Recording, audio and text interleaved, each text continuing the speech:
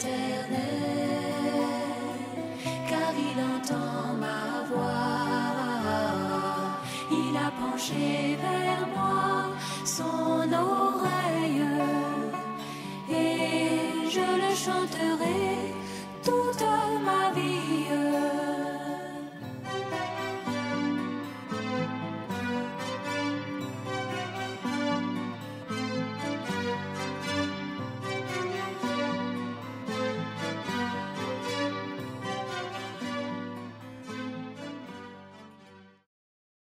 Que le nom du Seigneur soit loué et glorifié.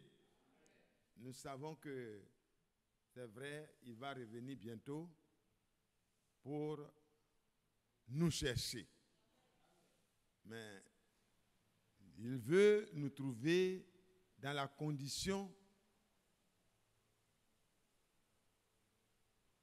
de quelqu'un qui est prêt. Parce que quand vous devez vous marier, vous donnez les éléments, les moyens à votre fiancé pour se préparer. Amen. Et elle doit tenir compte de ça et utiliser ça. Et le jour du mariage, la personne doit venir vraiment tel que vous le souhaitez. Et le Seigneur, il est le meilleur. Ce qu'il fallait pour nous a été fait. Il savait qu'on ne peut pas avoir tout ce qu'on a là et puis aller prétendre aller dans l'enlèvement. C'est pour ça que dans sa grâce et dans son amour, il a fait des promesses claires et il a pourvu aussi à des mandats. Vous voyez, il a mandaté des hommes pour nous aider avec la parole de Dieu, sous la conduite de l'Esprit de Dieu, pour que les promesses qui ont été faites aux héritiers puissent être amenées à entrer par la foi et la persévérance en possession de chacune de ces promesses, parce que nous devons vraiment revêtir Christ. Amen. Nous dépouiller des œuvres des ténèbres, comme il est dit dans Romains 13, et revêtir vraiment le Seigneur lui-même. Et il a dit, si vous demeurez en moi et que mes paroles demeurent en vous, alors demandez ce que vous voulez et cela vous sera accordé. Quand Esther a respecté toutes les conditions, au moins d'aller voir le roi, elle a dit, voilà ce que je souhaite avoir pour aller voir le roi. Selon le conseil de Hégé. Amen. Elle est restée vraiment dans une soumission au conseil de celui qui connaît mieux vraiment le roi. Amen. Et alors, elle est rentrée et le roi a trouvé que c'était tout ce qu'il fallait trouver dans la reine qui était là.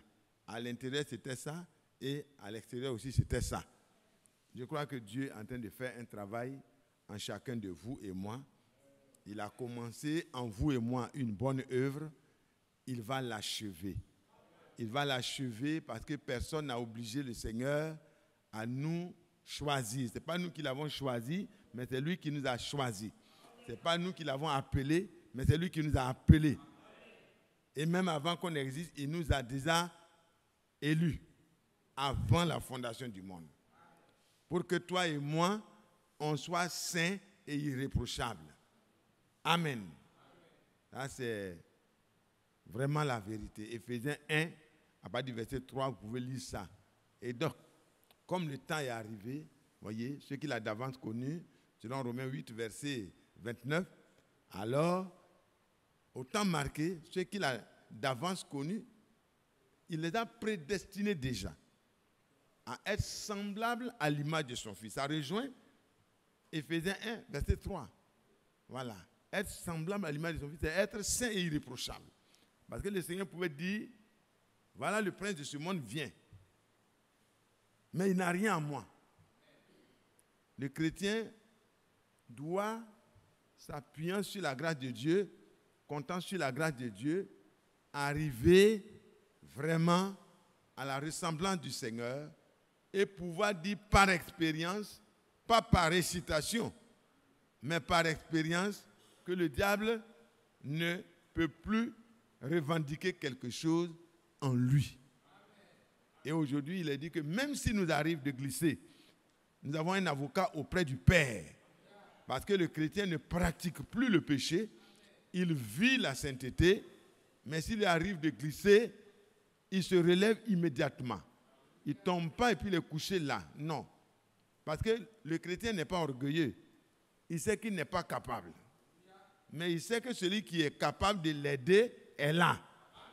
C'est pourquoi quand il a des difficultés, il dit « Seigneur, sauve-moi ». Et quand Pierre a commencé à s'enfoncer, il dit « Seigneur, sauve-moi ». Immédiatement, le Seigneur est venu. Amen. Le Seigneur l'a secouru. Parce que le Seigneur, même s'il est à distance, sa main est longue. Alléluia. Oh non, il est capable. Il était là. Le centenier a compris ça. Il a dit, ah mais Seigneur, tu n'as pas besoin de te déplacer. De là où tu es, dis seulement une parole. Amen. Ça, c'est quand tu connais Dieu, tu connais la dimension illimitée de Dieu, mais c'est ça. Tu peux saisir les choses plus rapidement que les autres. Il dit, mais bon, se déplacer jusqu'à ma maison, je ne suis même pas digne. Je vais te recevoir comment? Toi, le Seigneur. Pourtant, c'est un Romain, c'est un grand centenier. Dans lui. Mais il dit que sa maison est trop petite pour recevoir le Seigneur. Amen. Il dit, mais reste là seulement. Tu es le maître de tout. Commande. Moi-même, je suis un petit centenier. Mais quand je dis, va, il va. Viens, il vient.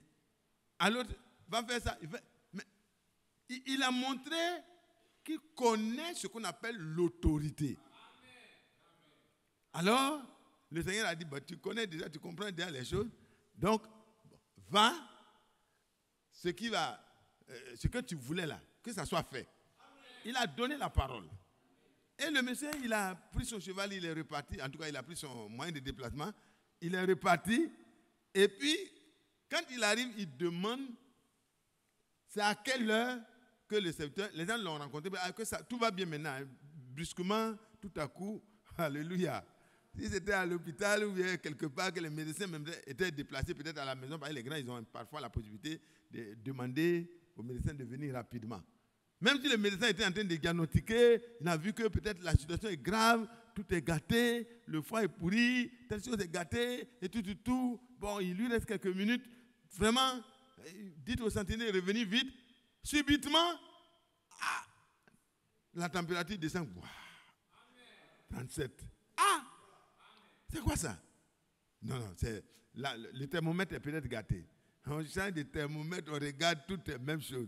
Tension, on fait le tensiomètre, on range 0. Tout est bon. Mais pourquoi ça peut changer du coup? À quelle heure? Il regarde l'heure. Il marque. Bon, parce qu'ils ont les carnets de remarque, les températures, on prend par heure. Il dit, mais à partir de telle heure, température, tension, tout est devenu normal. Et on fait l'examen, on voit que tout est normal. Alors, le monsieur est en train de venir, et les gens l'ont rencontré rapidement en chemin. Vous savez que tu aimes beaucoup là. Mais voilà ce qui s'est passé. Il est guéri. Il est à la maison, il t'attend. Il dit, mais comment? À quelle heure? À quelle heure? Non, lui, non, c'est merveilleux. Il dit, mais à quelle heure? Il dit, à telle heure. Et le centenier dit, gloire à Dieu. J'ai eu raison de lui faire confiance. C'est lui le seul vrai Dieu. C'est le Messie. Bon, il n'a pas écrit, hein. Mais vous voyez que ce n'est pas tout ce qui a été manifestement accompli par le Seigneur qui est écrit. Le centenier, vous savez qu'à partir de cette expérience-là, le Seigneur a dit, même en Israël, il n'a pas trouvé pareille foi. Donc ce n'est pas n'importe qui, il avait vraiment la foi authentique. Amen. Il avait la vraie foi. Le Seigneur n'était pas encore mort, hein? Mais il avait la vraie foi. Que Dieu soit loué. Que Dieu soit loué. Et il est entré en possession de ce qu'il attendait. Par sa foi et par sa ténacité, sa ferme assurance, sa persévérance. Il est reparti. Il dit, ouais, c'est l'heure à laquelle le Seigneur a dit, ça va aller... Désormais, pour ton serviteur, je ne vois plus le mot qu'il a utilisé, qu'il te soit fait selon ta foi, quelque chose comme ça. C'est terminé. Que Dieu vous bénisse. Donc, vous et moi, nous devons faire confiance en ce Dieu-là, parce que Quand il dit, la chose arrive. Quand il ordonne, ce qu'il ordonne existe. Ça, c'est le psaume 33, à partir du verset 8. Nous allons donc nous lever ensemble pour faire la lecture. Dieu veut, pour chacun de nous, une confiance totale dans ses promesses. Si nous avons confiance en lui, alors ça lui permet de faire tout ce qu'il a promis pour nous. Ézéchiel, des choses que vous connaissez très bien dans ce message-là, vraiment, on n'a rien de nouveau à vous apprendre. Amen. On va lire à partir du verset, chapitre 36, à partir du verset 24.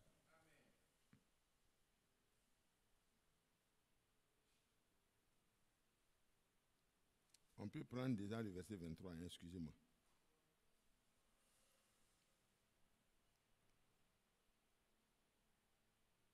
Bon. Prenez à partir du verset 21. Et j'ai voulu sauver l'honneur de mon nom. Et j'ai voulu sauver l'honneur de mon saint nom, que profanait la maison d'Israël parmi les nations où elle est allée. C'est pourquoi, dit à la maison d'Israël, ainsi parle le Seigneur l'Éternel. Ce n'est pas à cause de vous que j'agis de la sorte, maison d'Israël. C'est à cause de mon nom, mon saint nom, que vous avez profané parmi les nations où vous êtes allés. Je sanctifierai mon grand nom qui a été profané parmi les nations, que vous avez profané au milieu d'elles. Et les nations sauront que je suis l'Éternel, dit le Seigneur, l'Éternel, quand je serai sanctifié par vous, sous leurs yeux. Ce n'est même pas à cause de vous. Je vais agir à cause de mon nom. Alléluia. Je vous retirerai d'entre les nations. Il explique maintenant le programme, le processus. Amen. La promesse est faite d'abord. Il explique pourquoi il va faire.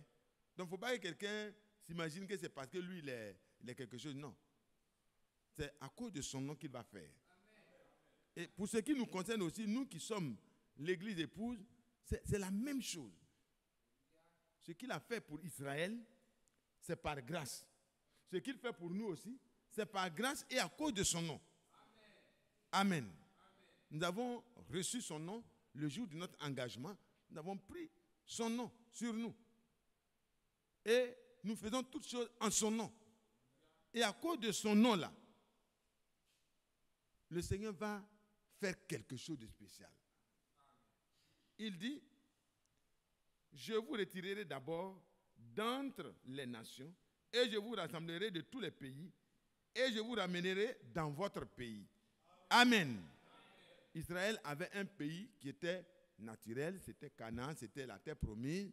Et c'est là-bas que Dieu aime rassembler toujours Israël pour s'adresser à Israël en tant que nation. Et nous croyons que Dieu les a rassemblés à nouveau. Quelque chose va se passer pour Israël. Mais vous et moi, c'est dans les promesses, dans les enseignements des apôtres et des prophètes que les premiers chrétiens ont trouvé la vie chrétienne. Amen. C'est là, à partir de la Pentecôte, sur la base de tout ce que Dieu a enseigné, alors la vie des premiers chrétiens a démarré. Amen. Comme Israël en tant que nation, c'est quand ils sont entrés dans la terre promise, c'est à partir de là que, en tant que nation, Dieu traitait directement avec eux. Amen. Et vous et moi, c'est dans la parole que se trouve notre place. Il dit, je répandrai sur vous une eau pure. Quand Dieu nous retire des dénominations, de la confusion religieuse, ce n'est pas pour venir créer encore une autre prostituée. Non. C'est pour que vous et moi, nous soyons mis à part pour qu'il fasse quelque chose de spécial. Amen. Il dit, je répandrai sur vous une eau pure et vous serez purifiés. Amen. Je vous purifierai de toutes vos souillures et de toutes vos idoles. Amen. Gloire à Dieu. Gloire à Dieu. Ce n'est pas un programme d'un prophète ou d'un serviteur de Dieu, c'est le programme de Dieu lui-même. Celui qui a dit au centenier, va. Ce que tu souhaites là, ça va se... C'est arrivé déjà. Et il est parti, il a vu là. C'est le même qui s'adresse à vous et moi.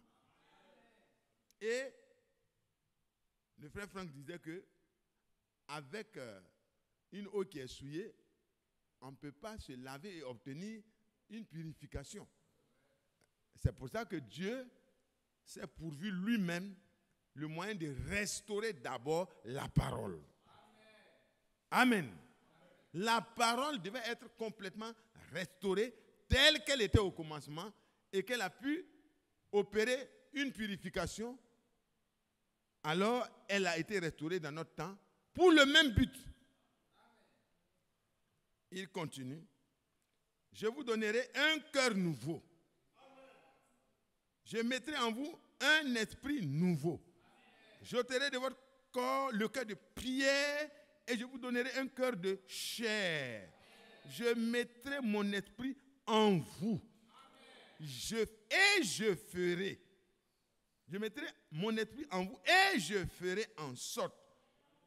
C'est-à-dire, par le moyen de mon esprit qui est en vous, je ferai en sorte que vous suiviez mes ordonnances et que vous observiez et pratiquiez mes lois. Alléluia.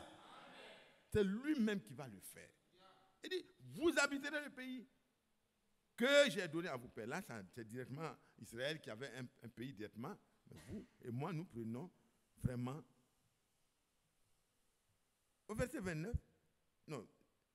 Et vous serez mon peuple. Et je serai votre Dieu. Est-ce que vous ne voyez pas 2 Corinthiens 6, à partir du verset 14 jusqu'à quand on va vers 17, ça commence à être direct. Vous serez mon peuple et je serai votre Dieu. Amen. Ce qu'il a dit à Israël, il le dit à nous aussi. Parce que nous n'avons pas à la promesse de Dieu par la foi, comme Abraham, notre père. Vous serez mon peuple et je serai votre Dieu. Amen. Je vous délivrerai de toutes vos souillures et j'appellerai le blé, la bénédiction, vous voyez, je le multiplierai et je ne vous enverrai plus la famine. Je multiplierai le fruit des arbres et le produit de vos champs afin que vous n'ayez plus l'opprobre de la famine parmi les nations. Vous serez différents. Ce n'est pas fini. Alors, la conséquence de ce changement-là, le chrétien ne peut plus regarder son passé et puis il n'y a pas de... Non, il y a une... Alors, vous vous souviendrez de votre conduite qui était mauvaise et de vos actions qui n'étaient pas bonnes. Vous vous prendrez vous-même en dégoût à cause de vos iniquités et de vos abominations. Ce n'est pas à cause de vous que j'agis de la sorte, dit le Seigneur, l'Éternel. Sachez-le. Ayez honte et rougissez de votre conduite. Maison d'Israël. Alléluia. Frère David, il faut prier.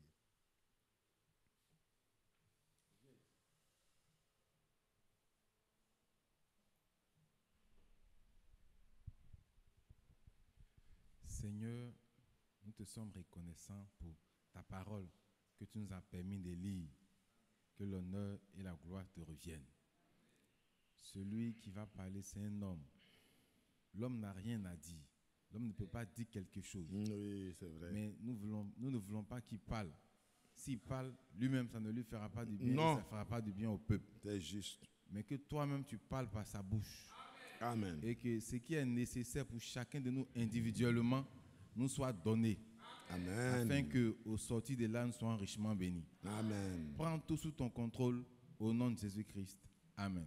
Amen. Que Dieu te bénisse, mon cher frère. Frères et sœurs, que le Seigneur nous bénisse. Asseyons-nous.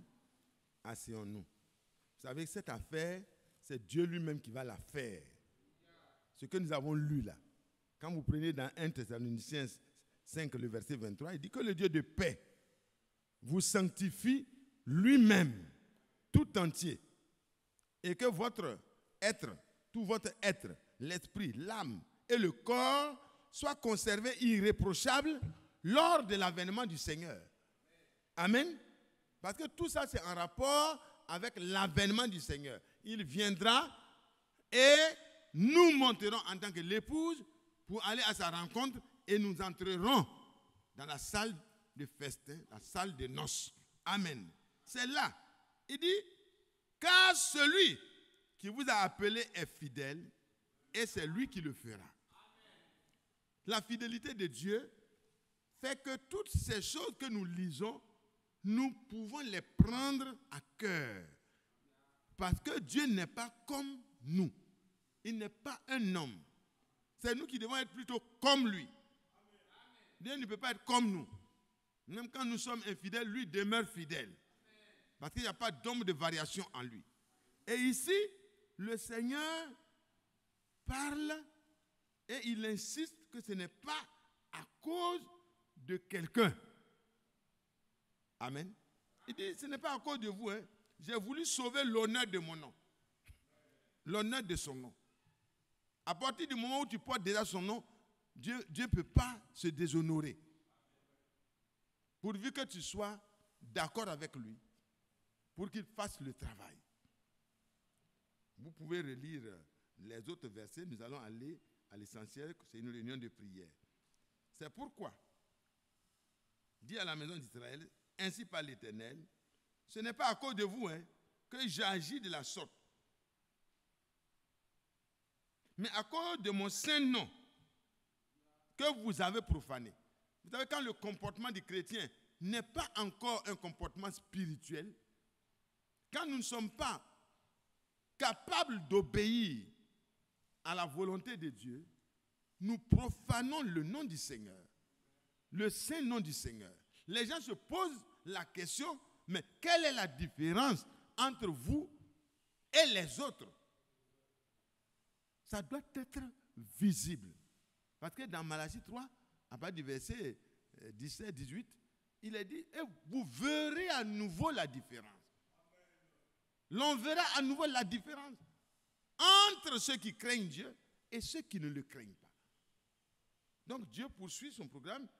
Il dit, je sanctifierai mon grand nom qui a été profané parmi les nations, que vous avez profané au milieu d'elles. Vous savez qu'au temps des apôtres, quand on parle du nom de Jésus, même ceux qui sont hostiles à ce nom-là, ça leur fait peur. Au point que les gens ont dit, bon, vous pouvez continuer à faire votre église là, mais ne mentionnez plus le nom de votre sauveur là. Le nom était tellement différent des grands noms qui ont existé sur la terre. Il dit, prêchez, mais laissez le nom de Jésus là. Il dit, mais comment on va laisser le nom de Jésus? C'est ça qui est le centre. Alléluia. Le nom du Seigneur était sanctifié parmi les croyants. Pierre dit, le jour où ce grand miracle s'est produit dans Acte 3, voyez, il dit, mais pourquoi vous nous regardez? Pourquoi vous êtes en train de nous regarder, peuple? Ils étaient des milliers de personnes, ils étaient étonnés, le temple était rempli, et tout dit, mais pourquoi toute votre attention est tendue vers nous comme si nous, pauvres serviteurs de Dieu, vous nous connaissez, on n'est pas capable. Nous, on n'est pas capable de faire ce que vous venez de voir là. Il dit, mais qui est capable? Il dit, mais c'est Jésus de Nazareth. Alléluia. C'est lui. C'est par son nom. Quand vous voyez son nom qui est sanctifié là, parmi vous là, c'est ça, il a voulu sanctifier encore ce matin parmi vous. En permettant qu'au nom de Jésus, ce paralytique qui était là depuis des années, puisse se lever et se tenir là, et vous ne pouvez plus le maîtriser. Il bouge, il saute, il va ici, il saute, il va ici. Mais les apôtres n'ont pas permis que l'attention soit portée sur eux. Frères et sœurs, si un serviteur de Dieu commande, a dit moi, priez pour lui. Un seul a le droit de dire moi, je.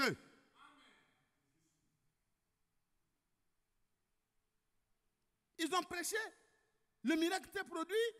Ils sont là. La parole, vous savez qu'il est écrit dans Marc au chapitre 16, à la fin. Il dit, mais eux, certainement après avoir reçu le Saint-Esprit, parce qu'ils n'ont pas commencé à partir prêcher avant, parce que le Seigneur leur a dit, attendez d'abord, vous allez être revêtus de la puissance d'en haut. Et vous serez alors mes témoins. Acte au chapitre 1, à partir du verset 8, vous pouvez relire ça, à partir du verset 6 jusqu'à 8. Mais, quand cela est arrivé et qu'ils ont commencé, déjà dans l'évangile de Marc, lui, il donne déjà la suite.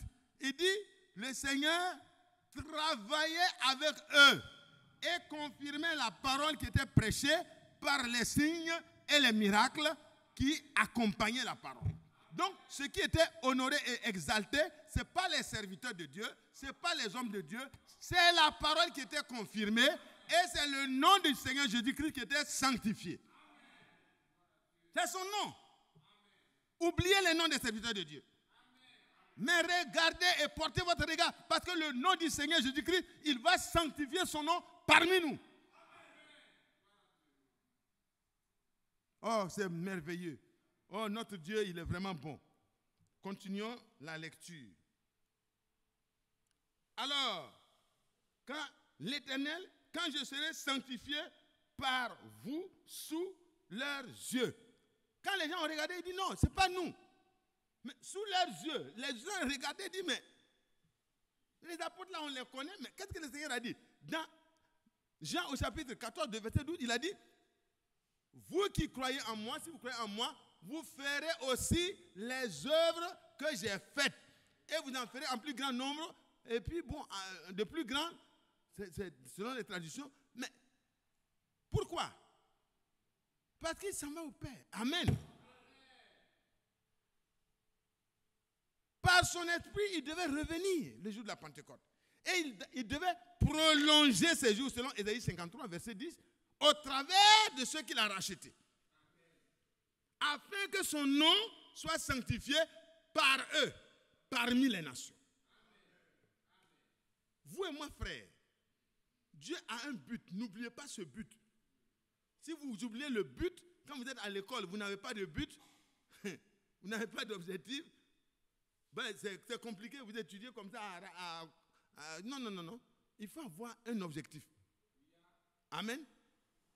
Quand nous on était tout petits, quand on nous demande, mais qu'est-ce que tu veux? Moi j'ai dit, moi je veux étudier jusqu'à là où il n'y a plus d'études là. Puis je vais avoir voiture pour donner à mon papa. Ah! Bon, c'est insensé. Mais on veut être comme ceux au moins qui sont devenus pour nous des modèles et des repères. Et pour nous les chrétiens, notre modèle et notre repère, ce sont les apôtres. Ce sont ceux qui ont marché avant nous. C'est le Seigneur lui-même. On ne veut pas faire moins. Il dit donc, si vous croyez en moi, vous ferez aussi les œuvres que j'ai faites. Et vous en ferez en plus grand. Mais vous voyez, Pierre, il était heureux. Il voit que le Seigneur a confirmé sa parole, mais il voit que malheureusement, les gens portent les regards vers eux. Il dit, non, vous ne ferez pas ça. Ce n'est pas à cause de nous, mais c'est à cause de son nom. Oh, c'est beau. Donnez l'honneur à Dieu et vous verrez ce qui va suivre. Amen. S'il arrive que Dieu vous utilise quelque part, donnez l'honneur à qui? C'est Dieu qui doit recevoir tous les honneurs. Et vous verrez que ça sera une bénédiction pour vous. Premièrement, il nous a retirés. Comme il a retiré Israël de toutes les nations, nous, on est déjà dans les nations. Amen. Mais dans les nations, on est inculpé, on est vraiment inculpé dans beaucoup de problèmes. Et le Seigneur nous a retirés de toutes ces confusions-là. Ça aussi, c'est une grâce pour nous. C'est une grâce. Le message de la fin des temps a dit, sortez du milieu de la confusion. Parce que Dieu voulait te retirer, me retirer. Et il nous a effectivement retirés en envoyant son prophète pour nous envoyer, nous donner la parole qui correspond à ce qui était au temps des apôtres. Et pour que ça puisse être ventilé, envoyé jusqu'aux extrémités de la terre partout, il s'est trouvé un instrument, un serviteur fidèle et prudent. Quelqu'un qui est fidèle. Amen. Parce que Dieu lui-même, il est fidèle. Il a dit, celui qui a fait la promesse est fidèle. Et c'est lui qui le fera. Il met son esprit en quelqu'un et lui donne d'être sage et fidèle. Pour que la personne puisse transmettre exactement ce qu'il a reçu de Dieu par le message prophétique. Pour que les enfants de Dieu soient préparés au moyen de la parole de Dieu. Quand Dieu nous retire, ce n'est pas pour qu'on forme un nouveau groupe, mais c'est pour que nous soyons les prémices de Dieu parmi toutes ces assemblées, ces rassemblements qui se font. Il faut quelque chose de différent. Frère, ne vous contentez pas d'être un frère du message qui a des brochures dans sa bibliothèque, qui a connaissance. Non, frère, tout ça, ça a un but. Et il continue, il dit, qu'est-ce qu'il dit? Je répandrai, verset 25, je répandrai sur vous une eau pure. La parole de Dieu, elle est vraiment pure. Elle est pure. Quand tu reviens d'un endroit où tu t'es sali, quand les enfants s'en vont, le soir, la mère prépare de l'eau propre. Alléluia. Et avec cette eau propre, l'enfant qui a traîné partout, on lui enlève les vêtements sales et on le plonge dans la bassine. Amen. Un bon bain. Et on le fait sortir comme ça. On met la serviette sur lui. Alléluia. Il est nettoyé. Dieu prend les choses naturelles pour nous enseigner les choses spirituelles. Nous avons besoin d'accepter que la parole de Dieu est toute son... Vous savez, les enfants pleurent quand on les lave. L'eau est bonne. Mais l'enfant n'est pas content. Il dit, mais moi je suis dans ma liberté. Tu viens m'attraper le soir comme ça. Tu viens me mettre dans la bassine. C'est quoi? Il n'a pas la foi pour se défaire. Mais il va te dire qu'il n'est pas d'accord. Oui. Mais vous avez déjà vu quelqu'un qui dit, oh, mon enfant pleure. Donc, je la laisse. Demain, mon enfant pleure. Je le laisse. Et puis la gale va commencer. Ah non, il pleure, c'est bien. Ça montre qu'il est vivant. Gloire à Dieu. On met l'éponge avec douceur, quoi. Alléluia. Et on le lave avec beaucoup de douceur, beaucoup d'amour. Et puis on fait sortir le petit à vous. Il est joli, il est content. Et c'est fini. Alléluia. L'enfant commence, quand on a fini de le laver, c'est le même qui pleurait là. Il commence à rire. Gloire à Dieu.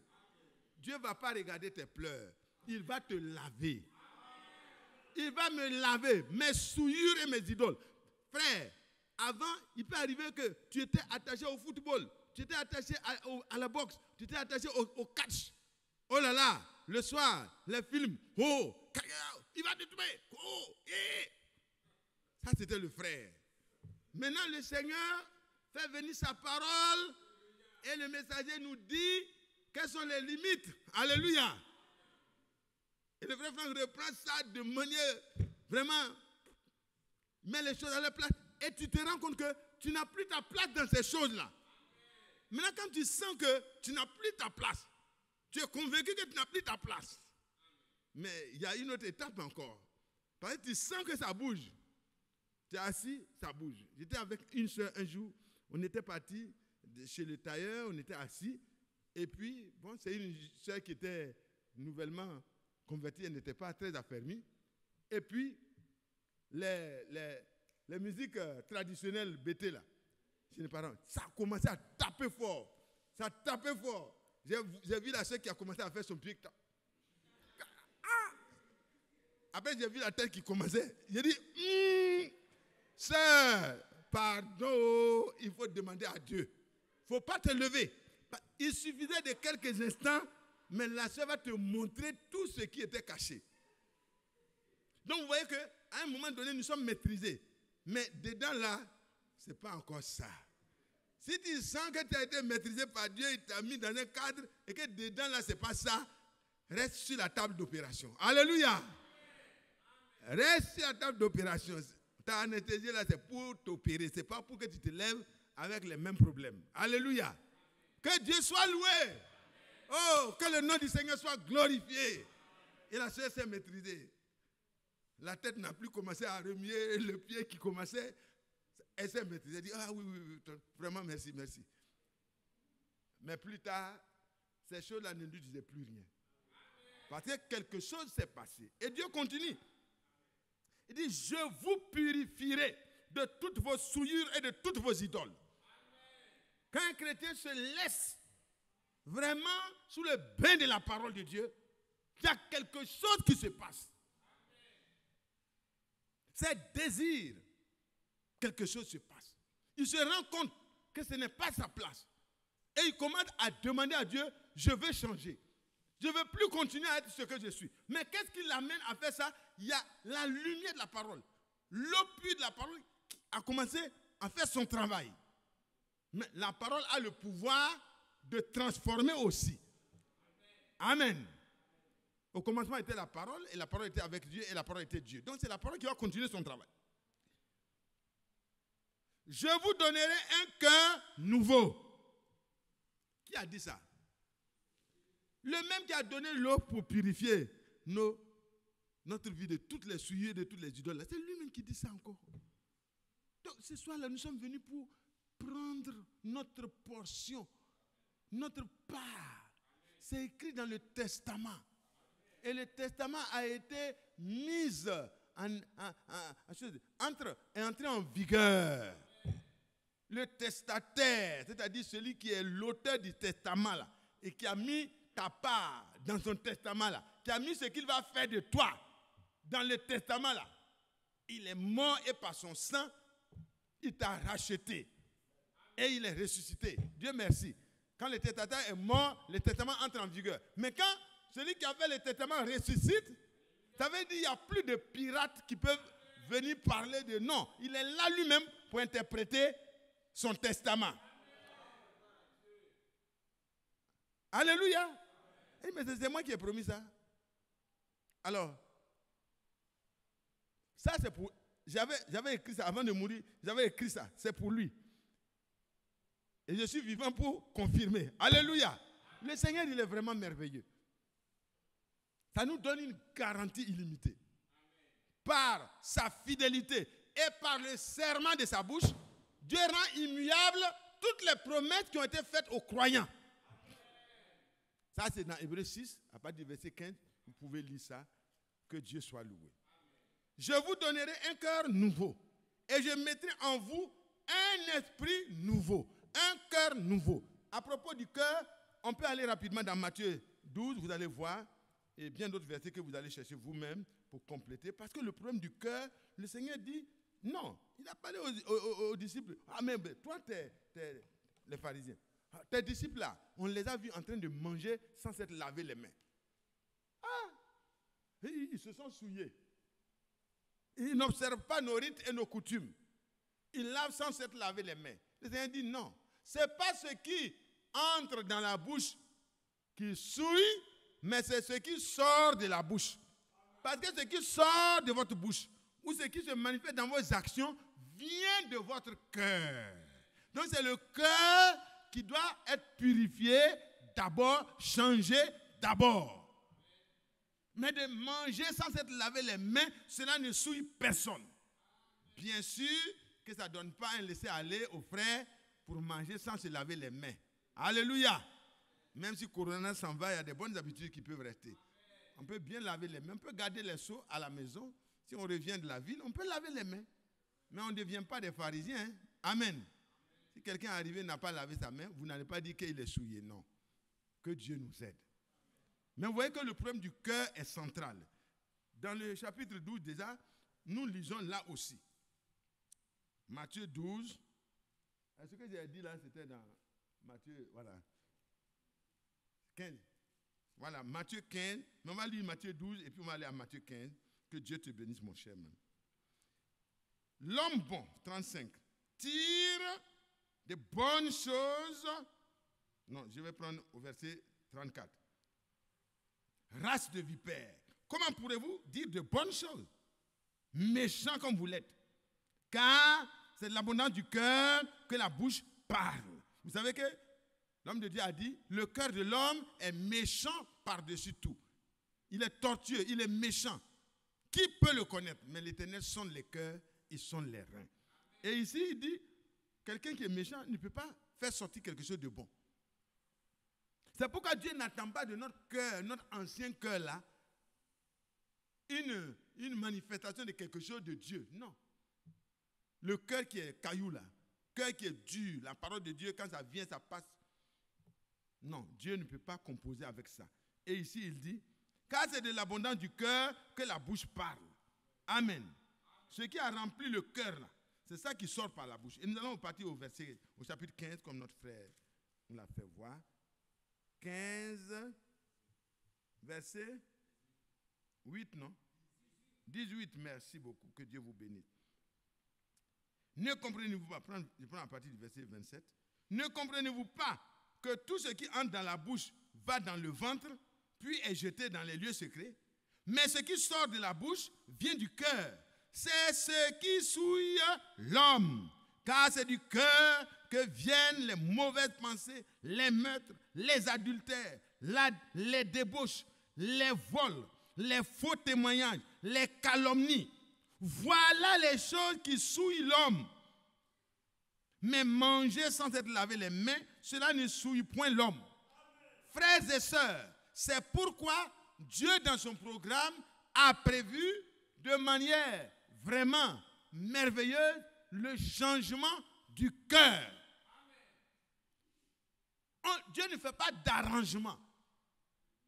Dieu ne colmate pas la vieille nature pour dire, bon, on va essayer de remodeler la vieille nature. Non. Il fait une chirurgie divine. Ah voilà, les médecins sont là. On ne peut pas enlever quelque chose sans ouvrir. Dieu, lui, il peut enlever sans ouvrir. Alléluia. Il opère. Oh, que Dieu soit loué. Que Dieu soit loué. On avait prié une fois pour une personne qui était perforée dans ses intestins de fièvre typhoïde. Et après la prière, bon, les hommes sont partis. Le jeune homme dit qu'il a vu, les gens attendaient sa mort, hein, parce qu'on ne pouvait plus rien faire. C'était à plusieurs endroits des intestins, on commençait à pourrir, la température ne pouvait plus descendre. Mais pour contenter les parents, allez acheter telle chose, des petites choses, allez acheter telle chose. En attendant que, en revenant, il dit, bon, c'est déjà fini. Il dit, bon, on va l'opérer. L'opération ne venait pas. Et puis finalement, le monsieur est couché, il voit deux personnes qui entrent dans la salle avec un plateau vide et un plateau rempli de jolis intestins. Et le médecin-chef, alléluia, il a ouvert son ventre là comme ça, comme une fermeture éclair. Il a ouvert comme ça. Et ils ont enlevé les intestins là, ils ont déposé sur le plateau qui était vide. Des intestins pourris. Parce que l'infection avait vraiment pris du temps. Et ils ont nettoyé. Et ils ont pris les intestins neufs là, ils ont mis dedans, ils ont... Il n'y a pas eu de couture. Alléluia. Lui parle et la chose arrive. Alléluia. Il parle et la chose arrive. Il ordonne. Et tout lui obéit. Même le vent et la mer. Toute la création. Quand ils ont fini, en quelques instants, ils ont fini leur opération. Ils ont repris la fermeture. Et ils ont refait comme ça. Et puis tout est normal. Et puis la température est descendue. Tout est descendu. Et puis, bon, ils ont pris les trucs qui sont sortis. Et le monsieur quitte le lit rapidement. Lui qui ne pouvait même pas bouger. Et puis il descend. Ah, le monsieur ne descendait pas. Il dit, je suis guéri. Il dit, il délire. C'est les derniers instants. Ce n'est pas les derniers instants, c'est les premiers instants. Alléluia. Les gens ont constaté que la température est normale, tout est normal, ils vérifient. Dedans, tout est normal. Qui peut faire ça? C'est notre Dieu. Est-ce que vous pensez que Dieu se soucie tellement des intestins que de votre cœur par lequel les mauvaises choses peuvent sortir? Dieu peut et Dieu veut opérer en nous un changement ce soir. Moi, je crois de tout mon cœur que Dieu peut prendre un cas, un monsieur comme Mathias, pourri comme moi. Je n'ai rien de bon. Frère, vous, tous à qui je fais des torts, pardonnez-moi, je n'ai rien de bon. La seule grâce que Dieu m'a faite, c'est d'entendre son nom.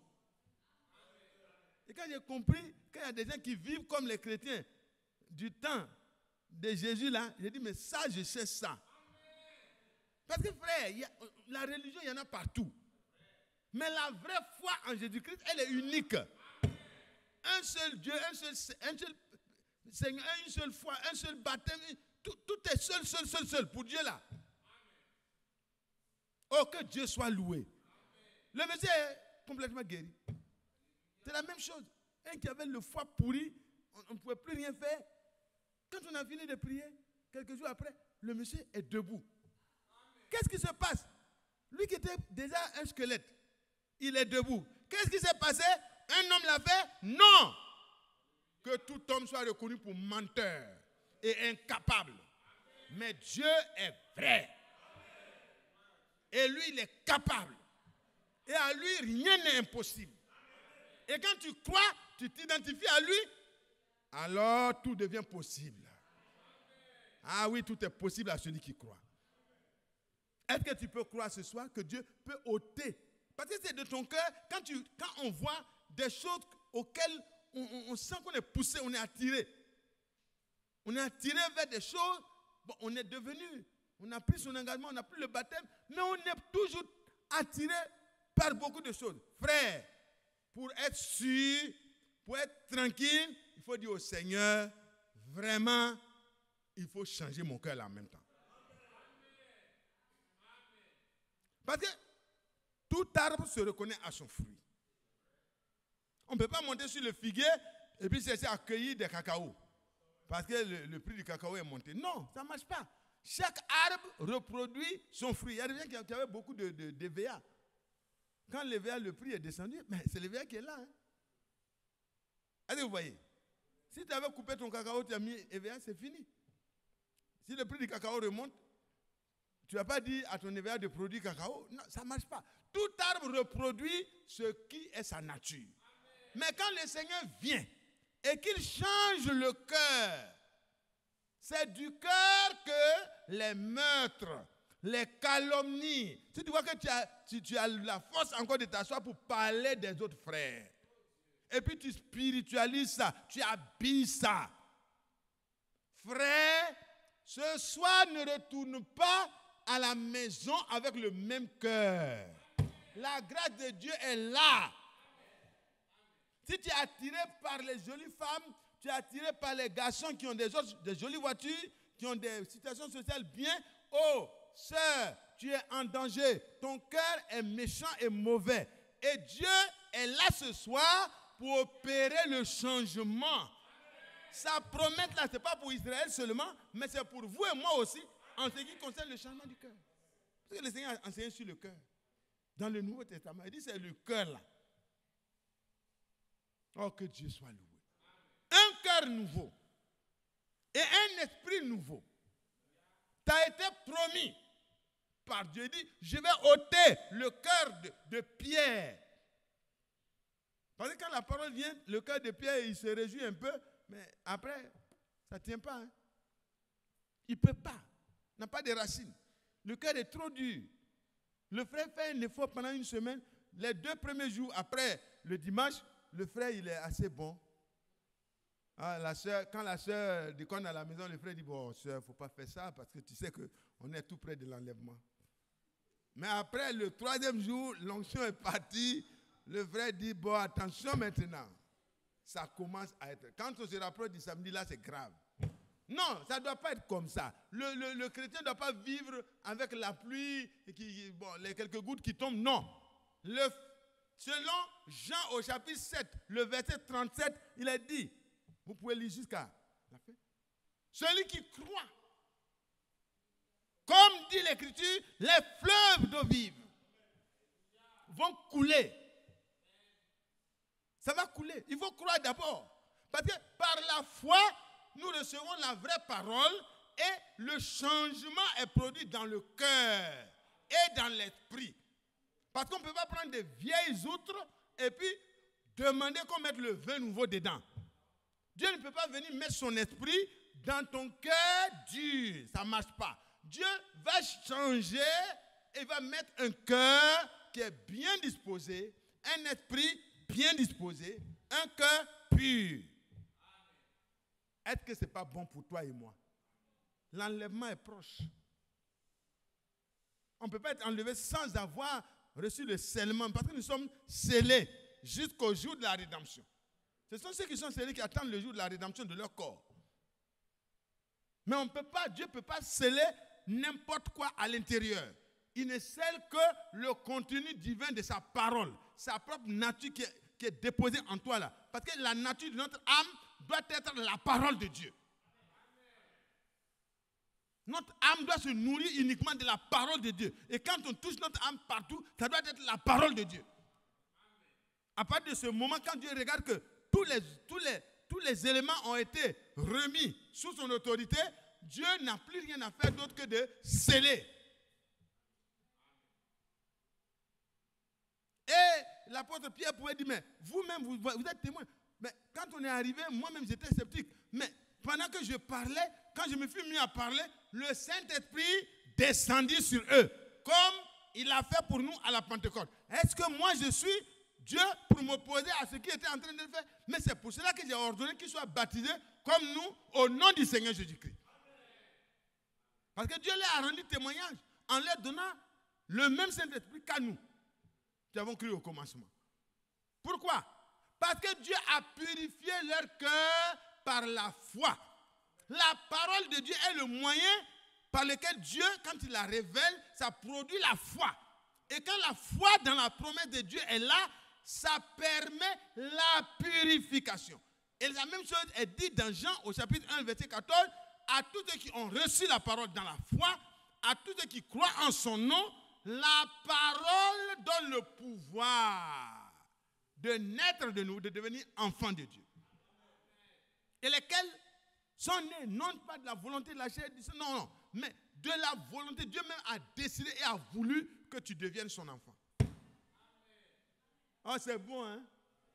Il n'a pas demandé le conseil de quelqu'un. Selon son propre conseil. Il a décidé que je sois son enfant. Donc, frères et sœurs, s'il a décidé que je sois son enfant, il va m'aider. Mes faiblesses, mes difficultés là, Dieu va m'aider. Dieu va t'aider. Pourquoi tu ne dis pas amen? Dieu va m'aider. Dis amen pour moi. Ou bien tu n'es pas content que Dieu m'aide? Dieu va t'aider. Quels que soient les problèmes que tu as, Dieu est capable, mais il veut.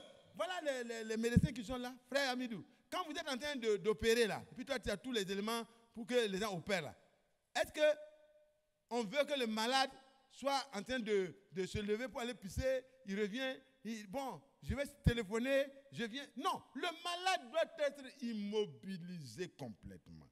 Même si c'est anesthésie locale, pardon, reste tranquille. Alléluia.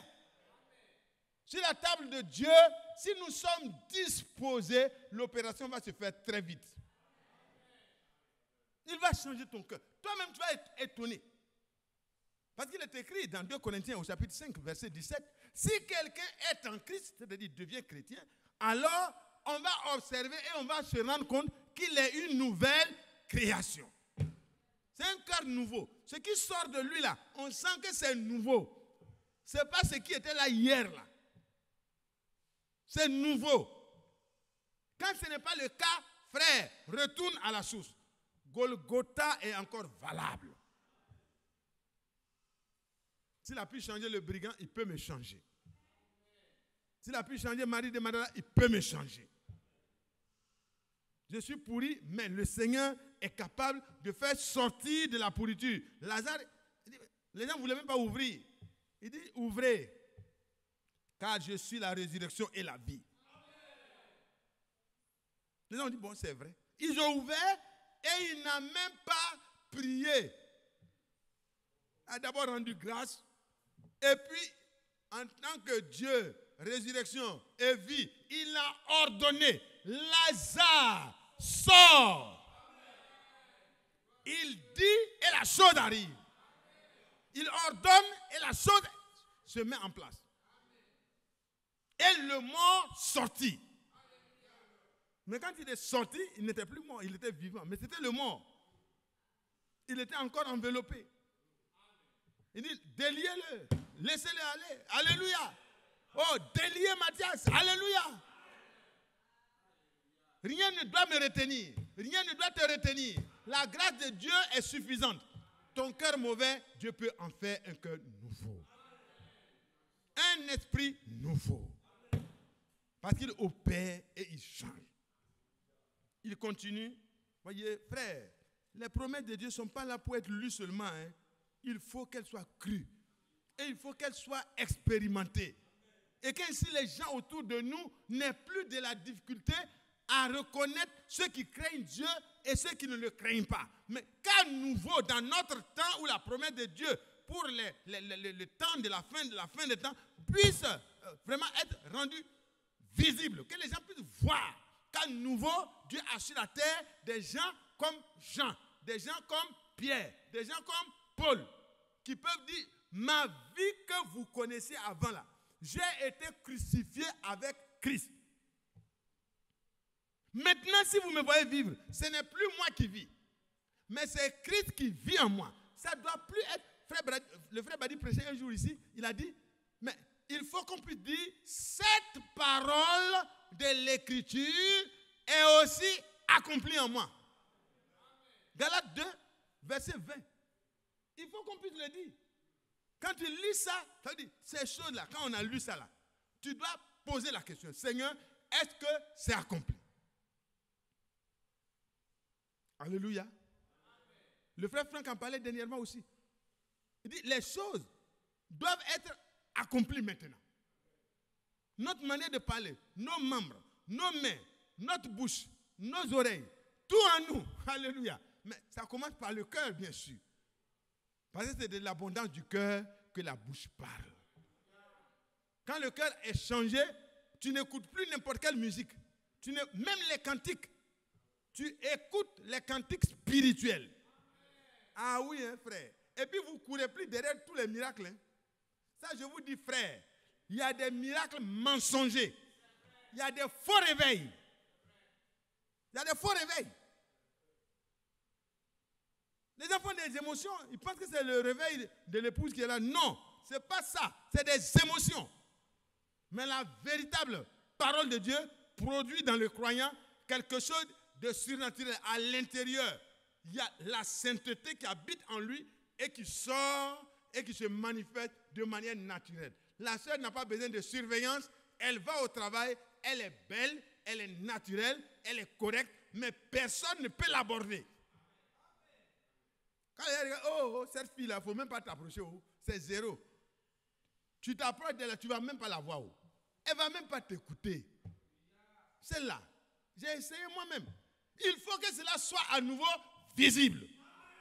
Mais ça commence dans le cœur. Un cœur nouveau, un esprit nouveau. Vous n'avez pas besoin de tourner pour voir s'il y a un frère qui est là ou bien une soeur qui est là. Non, vous devez être droit de cœur. Mais qui va changer ce cœur pour que ça soit droit? C'est le Seigneur qui a promis. Que Dieu soit loué. Je vous donnerai un cœur nouveau. Quand même, cadeau là. Acceptez, frères et sœurs. Acceptons. À la cantine, quand nous étions à l'école, la cantine, qui a expérimenté les cantines? Les Thérèse là n'ont pas vu cantine. Thérèse, tu as manié la cantine? Non, dans les villages, il y a cantine, mais à Abidjan, ce n'est pas trop fréquent. Mais dans les villages, nous, les villageois là, cantine. Quand l'heure de la cantine arrive là, tu prends ta petite calebasse et puis vous vous alignez. Et puis on sert. C'est un don. Alléluia. Là-bas, il n'y a même pas rien à payer. C'est déjà payé par le gouvernement. Le Seigneur ne te dit pas de faire des efforts pour que ton cœur soit nouveau. C'est je vous donnerai. C'est un don. C'est cadeau. C'est trop important pour que tu puisses trouver ça quelque part. Non, aucune religion ne pourra te donner, aucun prophète, aucun homme de Dieu. Mais celui qui est capable, qui s'appelle Je suis. Alléluia. Il s'appelle El Shaddai. C'est lui qui veut le faire. Donc accepte simplement. Et tu verras la gloire de Dieu. Frère Isher, tu te rapproches. Que Dieu soit loué. Et puis l'esprit, vous voyez, on est vraiment, on souille l'esprit. C'est pourquoi il est écrit dans 2 Corinthiens au chapitre 7, le premier verset. Il dit, ayant donc de telles promesses, frères et sœurs, purifions-nous de toute souillure de la chair et de l'esprit, en achevant notre sanctification dans la crainte de Dieu. la souillure du corps. Il est écrit dans 2 Thessaloniciens. C'est 1 Thessaloniciens 4, versets 1, 2, 3. Ce que Dieu veut, c'est votre sanctification. C'est que chacun de nous s'abstienne.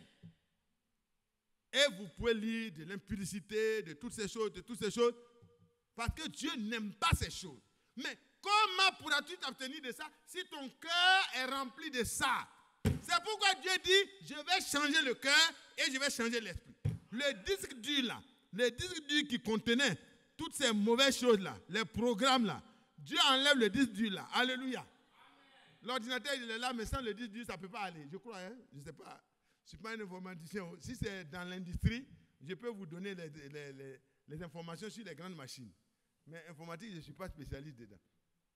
Mais il paraît que quand vous enlevez le disque dur et que vous mettez un nouveau disque dur où il n'y a pas de programme, le disque dur fait que l'ordinateur devient comme un ordinateur vierge.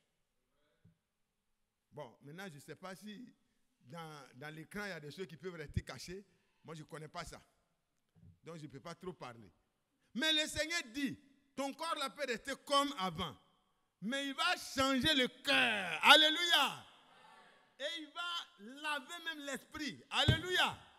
Même s'il y avait des trucs qui pouvaient se cacher dans l'esprit, le Seigneur dit, il va changer tout ça. Et il va te donner quoi? Il ne va pas laisser ça vide. Il va télécharger lui-même son programme dedans. Alléluia. Est-ce que vous n'êtes pas content? Dieu dit, il va changer ton cœur. Dieu qui est rempli de programmes de porno, mauvais programmes, tout ce qui était dedans là. Dieu va enlever tout dedans. Il ne va pas formater. Parce qu'en formatant, peut-être il y a des choses qui peuvent rester. Dieu, lui, il dit, il va enlever. Et il va mettre un cœur nouveau. Un esprit nouveau. Et il ne s'arrête pas. Il va mettre lui-même son esprit en toi et moi.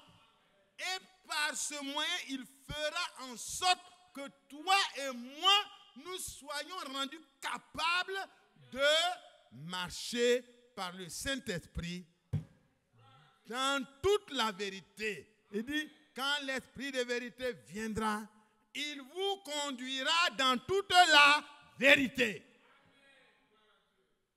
Regardez dans Exode 31. Dieu choisit un homme. Mais comment il va lui donner la capacité d'inventer, de faire des choses concernant son tabernacle? Comment il va faire ça? Quel est le moyen? Il va l'envoyer dans les grandes écoles pour être formé en tant qu'ingénieur. Parce qu'il doit faire toutes sortes d'ouvrages, sculpter beaucoup de choses. Donc il doit inventer. Dieu dit non, il n'y a rien de possible que de mettre mon esprit en lui. Dieu dit, je mettrai mon esprit en Beth-Saléel et alors il sera capable, parce qu'il aura la divinité en lui. Oh, vous n'êtes pas content? Hein? Est-ce que vous voyez? Quand l'Esprit de Dieu vient, la différence est nette. Daniel et ses compagnons n'ont pas fait de meilleures études que les autres, mais l'Esprit de Dieu qui a tout créé là était en eux. L'Esprit était sur eux de telle sorte qu'ils avaient une intelligence 10 fois supérieure aux plus intelligents. Tous les savants de la Chaldée. 10 fois. C'est-à-dire que le coefficient intellectuel là, quand on trouve 2 dans le plus grand intelligent de la Chaldée, on trouve 20. On trouve 20. Oh là là, que Dieu soit loué. L'Esprit de Dieu, la portion, c'est une portion seulement. Hein. Pourquoi notre jeune frère chantait? Une portion. Donne-moi une portion seulement. Amen. Si nous recevons ça, frère, tout va changer. Ça va? C'est trop profond, il y a beaucoup de choses encore, mais on va s'arrêter là. Et vous pouvez lire dans Romains 4, à partir du verset, je crois, 21, quelque chose comme ça, que le Seigneur a dit, Abraham, il était tranquille, il espéra contre toute espérance. Parce qu'il savait que celui qui a fait la promesse là, il était fidèle et il est capable de le faire. Vous et moi, frère, Dieu ne nous a pas donné des promesses sans issue. C'est des promesses claires. Et c'est par le moyen de ce changement de cœur que vous allez avoir des sentiments nouveaux, vous allez avoir des comportements nouveaux. Mais là, quand l'Esprit de Dieu vient maintenant à l'intérieur, en vous, frères et sœurs, les choses, votre comportement, votre manière de faire va changer complètement. Vous ne serez plus un accusateur, vous ne serez plus quelqu'un qui est en train de faire comme il veut, mais vous ferez les choses comme le Saint-Esprit veut. C'est de ça qu'il est question. Et quand cela va se faire en chacun de nous, beaucoup de problèmes seront réglés en même temps dans notre vie. Parce que le problème, c'est que guerroie, c'est notre nature charnelle qui fait la guerre. Mais quand l'Esprit de Dieu, quand le Seigneur va changer le cœur, changer l'esprit, on ne sera plus rusé. Alléluia. On va être des personnes normales. Et alors, il va venir habiter à l'intérieur et faire en sorte que tu puisses marcher selon les prescriptions de la parole. Et la loi de Dieu ne sera plus pénible pour toi, elle sera une joie pour toi. Et David pouvait dire, je me réjouis comme si je possédais tous les trésors. Quand je lis ta parole, quand je vois tes commandements, je vois que c'est les meilleures choses. C'est plus que l'or, c'est plus que l'argent. Et il pouvait dire, le bonheur et la grâce m'accompagneront tous les jours de ma vie. Que le Seigneur bénisse chacun de nous. Frères et sœurs, c'est le moment favorable. Que ce soir-là, le principal sujet, soit que tu te regardes dans le miroir des promesses de Dieu. Est-ce que ces choses-là, tu peux dire, toutes ces écritures sont accomplies. Tu peux avoir tous les dons. Tu peux être un prédicateur hors pair. Tu peux être un enseignant hors pair. Tu peux être tout ça. Mais frère, si ton cœur n'est pas nouveau, si ton esprit n'est pas nouveau, si l'Esprit de Dieu n'est pas venu faire son œuvre en toi, tu vas continuer à être un problème pour les autres. Mais si le Seigneur fait ces œuvres-là, tu vas avoir honte de ton passé et tu vas être honnête pour que Dieu te donne un avenir et tout sera tellement beau. Parce que le Seigneur lui-même prend la commande. Il prend le volant. Il prend le gouvernail. Alléluia. Il prend le tableau de bord de l'avion et la destination est sûre. Que Dieu bénisse chacun de nous.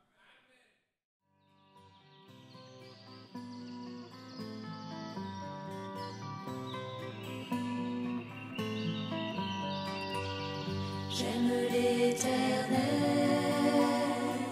car il entend ma voix. Il a penché vers moi son oreille, et je le chanterai toute ma vie.